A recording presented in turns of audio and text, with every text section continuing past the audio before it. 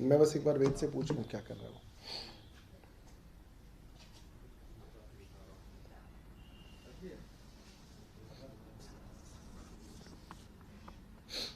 इसने बड़ी मेहनत की है भाई। अरे प्रिंट ना निकालो मगर प्रोजेक्टर पे तो लगाओ, प्रोजेक्टर पे तो लगाओ। यहाँ आओ भाई, जल्दी आओ, जल्दी भाग के आओ, मैं बैठा हूँ वहीं। नमस्कार दोस्तों, शुरू करें। अच्छा वो आएगा बीच में, क्रॉस करेगा। हाँ आएगा तो यहाँ से बुलाओ भाई, वेद को बुलाओ, वेद को बुलाओ, प्रोजेक्टर लगाएगा वो।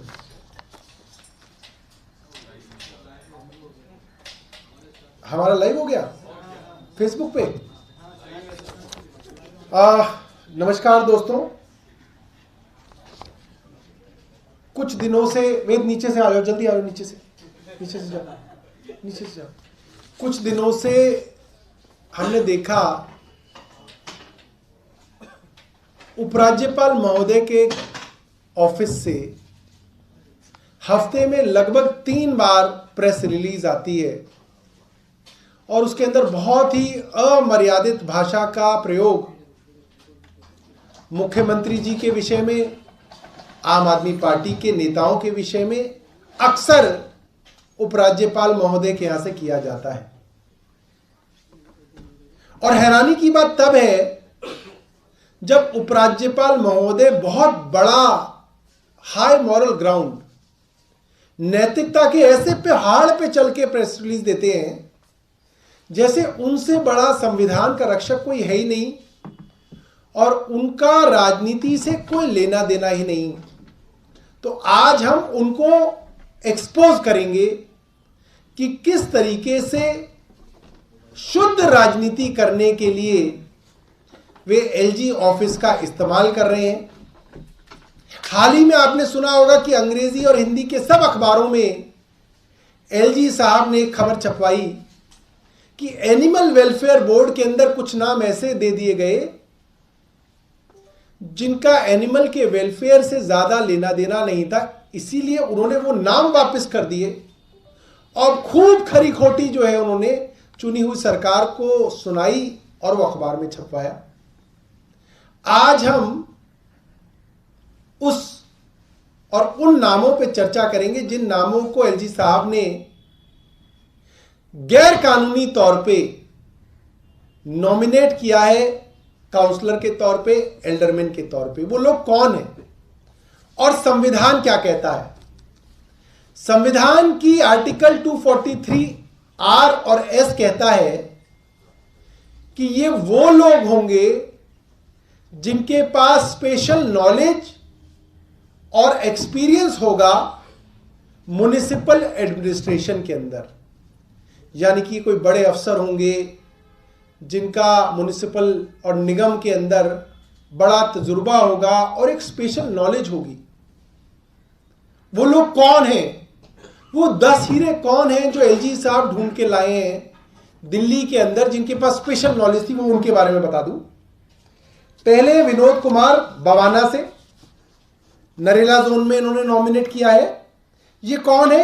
ये डिस्ट्रिक्ट इंचार्ज है भारतीय जनता पार्टी बवाना के, किसान मोर्चा दिल्ली के भारतीय जनता पार्टी के अध्यक्ष रहे हैं और अभी डिस्ट्रिक्ट इंचार्ज है बवाना के। दूसरे हैं लक्ष्मण आर्य, महामंत्री हैं किसान मोर्चा के रहे हैं और सह संयोजक रहे हैं राष्ट्रीय प्रशिक्षण प्रकल्प भारतीय जनता पार्टी की इकाई के। एमएलए का चुनाव लड़ा भारतीय जनता पार्टी की तरफ से इन्होंने। मुकेश मान नरेला जोन से, स्टेट प्रभारी भारतीय जनता पार्टी पंजाब और उत्तराखंड, राष्ट्रीय संगठन मंत्री किसान मोर्चा ये रहे हैं, दिल्ली प्रेसिडेंट किसान मोर्चा रहे हैं और सचिव रहे हैं भारतीय जनता युवा मोर्चा के। ये है इनकी स्पेशल नॉलेज और एक्सपीरियंस निगम के एडमिनिस्ट्रेशन में। सुनीत चौहान ये जिला संगठन मंत्री रहे हैं भारतीय जनता पार्टी के बवाना जिला से, काउंसलर रहे हैं भारतीय जनता पार्टी के 2017 से 22 तक के। राजकुमार भाटिया चुनाव लड़े हैं भारतीय जनता पार्टी से 2020 में और जिला अध्यक्ष रहे हैं केशवपुरम जोन भारतीय जनता पार्टी के। Mohan Goyal civil line zone से डाला गया इनको। जिला अध्यक्ष रहे हैं नॉर्थ ईस्ट जिला के भारतीय जनता पार्टी की, जाहिर सी बात है। संजय त्यागी बुराड़ी से, जोन सिविल लाइंस, जिला महामंत्री नॉर्थ ईस्ट जिला और किसान मोर्चा जिला महामंत्री रहे हैं भारतीय जनता पार्टी से, जाहिर सी बात है। राजपाल राणा फिर से सिविल लाइन जोन्स, प्रदेश महामंत्री किसान मोर्चा के रहे हैं, जिला महामंत्री नॉर्थ ईस्ट जिले से रहे हैं, भारतीय जनता पार्टी के पार्षद रहे हैं 12 से 17 तक।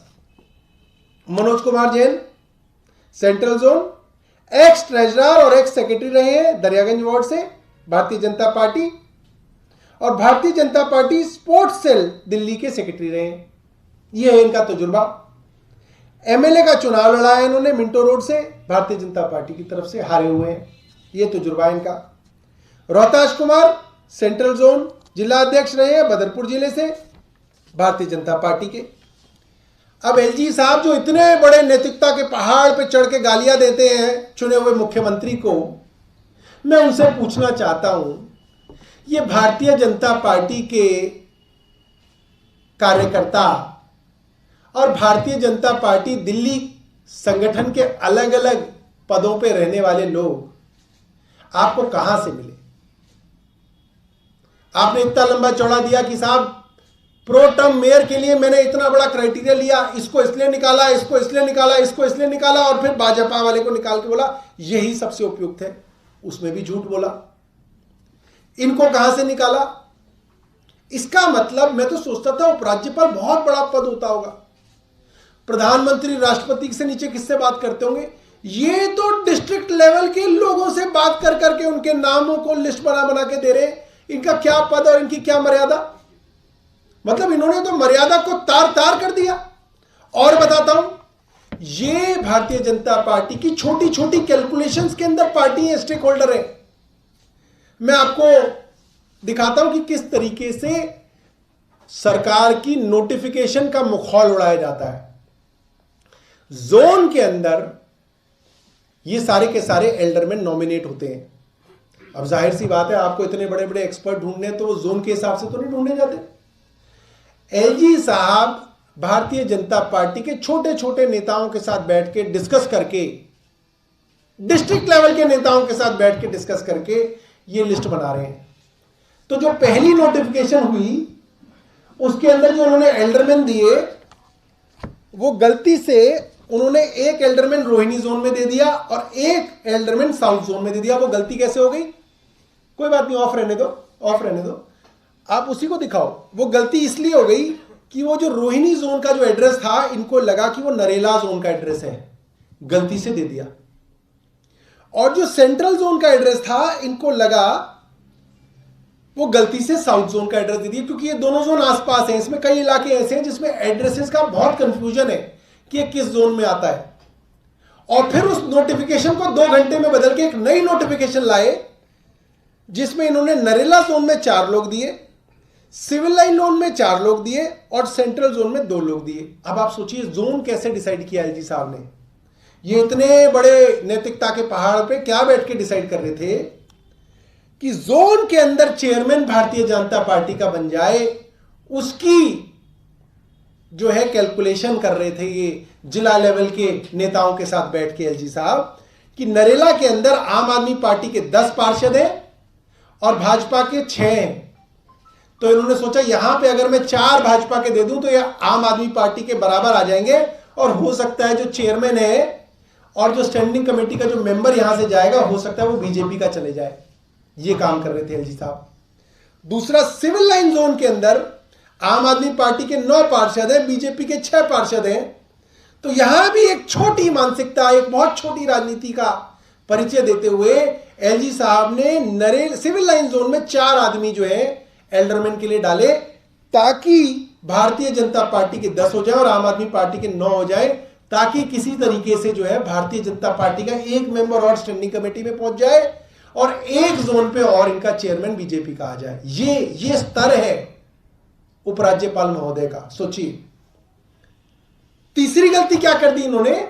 गलती से साउथ जोन में एक इन्होंने एल्डरमैन दे दिया और गलती को दूर करते हुए इन्होंने साउथ जोन वाला एल्डरमैन काट के उसको सेंट्रल जोन में दिया। और क्यों दिया, अब यहां देखिएगा, बड़ा इंटरेस्टिंग है। सेंट्रल जोन में आम आदमी पार्टी के 13 पार्षद हैं, बीजेपी के 10 पार्षद हैं, तो उन्होंने वहां पे 2 पार्षद नॉमिनेटेड दिए और आम आदमी पार्टी के 13 और बीजेपी के 12 बना दिए। आप सोचोगे इसका क्या फायदा है? आम आदमी पार्टी तो 13 है, यहां पे बीजेपी तो सिर्फ 12 ही है। क्या किया, एक कांग्रेस की पार्षदा को ढूंढा, नाजिया दानिश को, और कहा कि भाई तुमको मैं हज कमेटी में भेज देता हूं, तुम वोट डाल देना बीजेपी में। यहां पे भी सीधा कैलकुलेशन, ऐसा नहीं है कि कांग्रेस का कोई पार्षद रैंडमली इन्होंने बना दिया, नहीं, यहां पे भी कैलकुलेशन ढूंढी कि सेंट्रल जोन के अंदर कैसे बीजेपी का चेयरपर्सन बन जाए। तो यहां पे कांग्रेस के एक पार्षदा को लालच देके इन्होंने हज कमेटी के अंदर मेंबर बनाया, जिसकी चर्चा कल जो है मुख्यमंत्री जी ने की कि कैसे इन्होंने इलेक्टेड गवर्नमेंट को बाईपास करके, बेईमानी करके, गैर कानूनी अपने ऑफिस का प्रयोग करके इन्होंने एक हज कमेटी का मेंबर, एक कांग्रेस की पार्षदा को बनाया। अब आप सोचिए कि हमारे एलजी ऑफिस का और उपराज्यपाल का क्या स्तर हो गया है। ये जोन लेवल पे, जिला लेवल के भारतीय जनता पार्टी के नेताओं के साथ बैठ के ये लिस्ट तैयार कर रहे हैं, और वो लिस्ट गलत हो गई तो नोटिफिकेशन वापस करके नया नोटिफिकेशन ला रहे हैं। भाई आप क्या कर रहे हैं एलजी साहब, कहां से कहां आपने इस दफ्तर को पहुंचा दिया। एक और कल प्रेस रिलीज आई थी एलजी साहब की, और बड़ी हास्यास्पद प्रेस रिलीज थी। उसमें बोला इन्होंने कि मेरे पास जो प्रो टर्म मेयर बनाने के नाम आए थे, उसमें इसको इसलिए निकाला, इसको इसलिए निकाला, इसको इसलिए निकाला, और आखिरी में बीजेपी की पार्षदा को ढूंढा और उसमें भी झूठ बोला। अब मैं बताता हूं झूठ कैसे बोला। एलजी साहब ने बोला कि नीमा भगत और सत्या शर्मा के नाम लास्ट में बच गए। नीमा भगत एमए है, सत्या शर्मा बीए है। अब यहां तो नीमा भगत ऊपर आ गई, एलजी साहब फंस गए। उन्होंने तो 5वीं 10वीं वालों को ऐसे निकाला था, तो बोला कि नहीं, सत्या शर्मा एक बार मेयर रही है, और ये भूल गए कि नीमा भगत भी मेयर रही है। मतलब बेईमानी करी, वो भी गलत, कम से कम उसमें ही पक्के हो जाते एलजी साहब। नीमा भगत मेयर रही है 2017 से 18 में, और सत्या शर्मा मेयर रही है 2012 से 13 में। मतलब सत्या शर्मा तो फिर भी 10 साल पहले रही है, नीमा भगत तो 5 साल पहले ही रही है। अब एलजी साहब से मेरा जानना है, मैं जानना चाहूंगा कि भाई अब आपकी जो एलिमिनेशन थ्योरी थी, उसमें अगर इसको फट करो, इसमें तो फिर सत्या शर्मा एलिमिनेट हो जाएंगी, क्योंकि वो बीए है, नीमा भगत एमए है। फिर तो एलजी साहब फंस गए। अब क्या एलजी साहब दोबारा से नोटिफिकेशन निकालेंगे, जैसे एल्डरमैन का नोटिफिकेशन वापस लिया। अब क्या दोबारा नोटिफिकेशन आएगा कि भाई नीमा भगत जो है अब प्रोटम मेयर रहेंगी। अब ये बेईमानी क्यों हो रही है, आप इस बात को समझिए। ये बेईमानी इसलिए हो रही है क्योंकि एक प्रिसाइडिंग ऑफिसर जिसके पास सिर्फ एक मेयर के इलेक्शन कराने का काम था, उससे ये तीनों इलेक्शन जोड़ जबरदस्ती करके कराना चाहते हैं और एक साथ कराना चाहते हैं। मेयर, डिप्टी मेयर और स्टैंडिंग कमेटी का इलेक्शन ये एक साथ कराना चाहते हैं। अपने द्वारा बेईमानी से लगाई गई प्रोटम मेयर के अंतर्गत कराना चाहते हैं। क्यों? क्योंकि मेयर जो कहेगी वो उस चुनाव में हो जाएगा। वो कहेंगी कि इसकी वोट कैंसिल, तो उसकी वोट कैंसिल हो जाएगी। वो कहेंगे कि इसकी मेंबरशिप कैंसिल, उसकी मेंबरशिप कैंसिल हो जाएगी। वो कहेंगे कि अब इनको भी वोट देने का अधिकार है, तो उनको वोट देने का अधिकार मिल जाएगा। फिर आम आदमी पार्टी कोर्ट जाते रहे, 5 साल तक कोर्ट में हम लड़ते रहेंगे। ये यहां पे 5 साल जो है बेईमानी से, चोर दरवाजे से भारतीय जनता पार्टी की सरकार चलवा देंगे। ये कारण है कि एक एलजी जैसे संवैधानिक पद पे बैठे एक आदमी इस बहुत निम्न तरीके की राजनीति के अंदर इतने इन्वॉल्व हैं, और ऊपर से उस नैतिकता के पहाड़ पे चढ़कर चिट्ठियां लिखते हैं। कभी मुख्यमंत्री को लिखते हैं, कभी उप मुख्यमंत्री को लिखते हैं, कभी किसी को लिखते हैं, कभी कुछ लिखते हैं। बहुत जो है मुझे लगता है कि शर्म की बात है दिल्ली वालों के लिए कि इस तरीके से उपराज्यपाल महोदय के ऑफिस का दुरुपयोग किया जा रहा है। बहुत दुर्भाग्यपूर्ण है। कोई आपके पास सवाल? और एक और झूठ इन्होंने बोला कि दोनों के पास 15-15 साल का, तो जो भाई गलत है। इन दोनों महिला पार्षदों के पास 10-10 साल के पार्षद होने का तजुर्बा है, 15-15 साल का नहीं है। मुकेश गोयल जी के पास 25 साल का तजुर्बा था। सर एक सवाल है जी, कांग्रेस पार्टी जो गैर विचारधारा है, भाजपा को रोकने के लिए ऐसी पार्टियों को भी समर्थन देती है, महाराष्ट्र में शिवसेना के साथ भी। यहाँ आप लोगों की क्या कोशिश है, जो कांग्रेस के पार्षद है उसको क्यों नहीं आप लोग अपने पाले में ला पा रहे हैं, क्योंकि कांग्रेस का मेन ऑब्जेक्ट था भाजपा को रोकना। देखिए, ऐसा कांग्रेस दिखाती है कि वो भारतीय जनता पार्टी को रोकना चाहती है। इस बार कांग्रेस के जो पार्षद जीते भी हैं, अगर आप उसका एनालिसिस करें तो भारतीय जनता पार्टी ने अपने कैंडिडेट्स इस तरीके के दिए, AIMIM ने कैंडिडेट्स अपने इस तरीके से दिए कि वहां पे कांग्रेस के लोग जीत पाए। कांग्रेस को जिताना भारतीय जनता पार्टी की बहुत पुरानी डेस्परेट कोशिश रही है, और यहां पर भी जो बायकॉट की कॉल दी गई, जो कहा गया कि हम MCD के हाउस से वॉकआउट करेंगे चुनाव के समय, वो सिर्फ और सिर्फ भारतीय जनता पार्टी को फायदा पहुंचाने के लिए वो वॉकआउट की कॉल दी गई है। ये सब लोग समझते हैं कि कांग्रेस के पार्षद अगर वॉकआउट करते हैं तो इसका फायदा सीधा सीधा भारतीय जनता पार्टी को MCD में सरकार बनाने में होगा, और ये कांग्रेस की लीडरशिप जानती है। कांग्रेस के एक पूर्व विधायक मुकेश शर्मा ने कल ट्वीट करके इस बात को कहा है कि एक तरफ तो राहुल गांधी जो है वैचारिक लड़ाई के लिए अपनी भारत जोड़ो यात्रा निकाल रहे हैं, और दूसरी तरफ कांग्रेस के पार्षद जो हैं भारतीय जनता पार्टी को सपोर्ट कर रहे हैं।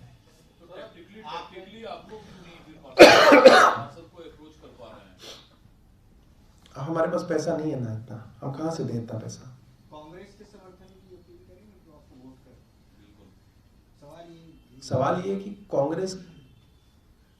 कांग्रेस सपोर्ट बीजेपी को कर रही है, और उनके बड़े बड़े नेताओं को ये बात मालूम है। आप सोचिए ना, उनके मुकेश शर्मा खुद कल ट्वीट कर चुके हैं और उन्होंने बोला है कि मैं अपनी लीडरशिप से बात करूंगा कि ये गलत हो रहा है।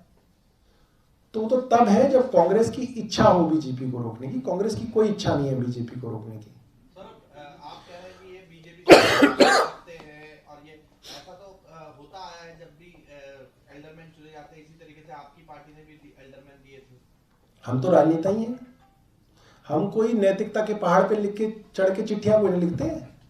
ये तो LG साहब चिट्ठियां लिखते हैं, अरे इस आदमी का नाम दे दिया, इसके पास तो क्वालिफिकेशन ही नहीं है। तो हम पूछना चाहते हैं LG साहब से कि भाई इनके पास क्या क्वालिफिकेशन है, और जो मेयर बनाया वो भी आपने झूठा बनाया, उसके लिए जो तर्क दिए वो भी आपने झूठे दिए, क्योंकि पहले आपने भारतीय जनता पार्टी का पार्षद बना दिया, फिर आपको लगा मैं झूठ का बचाव कैसे करूं, तो उसके लिए कोई झूठ का पुलिंदा बनाया गया जो कि झूठ है। LG साहब स्पष्टीकरण दें कि ये कैसे हो गया, दोबारा नोटिफिकेशन निकाले, क्योंकि LG साहब के मापदंडों के हिसाब से तो नीमा भागत बननी चाहिए प्रिसाइडिंग ऑफिसर। मैंने आपके सामने साबित कर दिया। तो सर ये विवाद खत्म कैसे होगा, किस तरीके से ये सदन चल पाएगा, क्योंकि जिस तरीके का हंगामा हो वो तस्वीरें तो सबने देखी, लेकिन दिल्ली वाले काम भी तो चाहते हैं। देखिए, नॉमिनेटेड काउंसलर्स हाउस में वोट नहीं दे सकते, ये बात एक स्थापित सच है। अब नॉमिनेटेड काउंसलर अगर वोट देंगे तो हम तो ऐसे होने नहीं देंगे। तो LG साहब लिखित पे इस चीज को कहें, डायरेक्शंस दें कि नॉमिनेटेड पार्षद वोट नहीं डालेंगे, और LG साहब सही प्रिसाइडिंग ऑफिसर का चुनाव करें। ये जो बेईमानी से प्रिसाइडिंग ऑफिसर को बनाया गया ये गलत है, सही आदमी को बनाए जो मर्यादा है और जो हमेशा से प्रेसिडेंस रहा है। ठीक है जी।